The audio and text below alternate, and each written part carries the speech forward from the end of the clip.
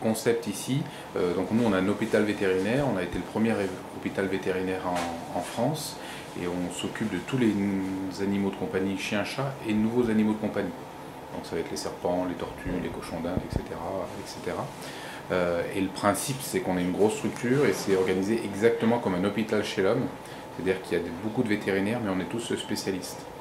Et on fait les urgences, la structure est ouverte 24 heures sur 24, ça aussi c'est une grosse particularité, on a des gens qui sont spécialisés là-dedans, c'est-à-dire qu'ils font que les urgences et on va gérer, on va dire, une grande partie des grosses urgences en région parisienne.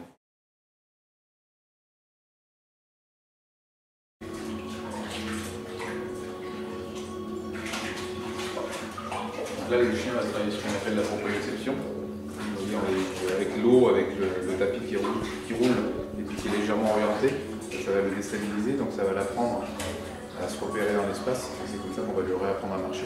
Après, on va le remuscler également.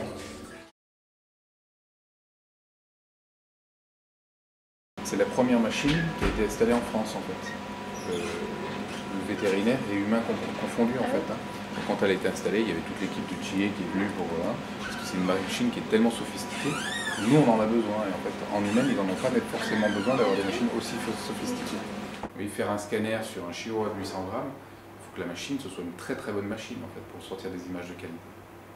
C'est ça la particularité.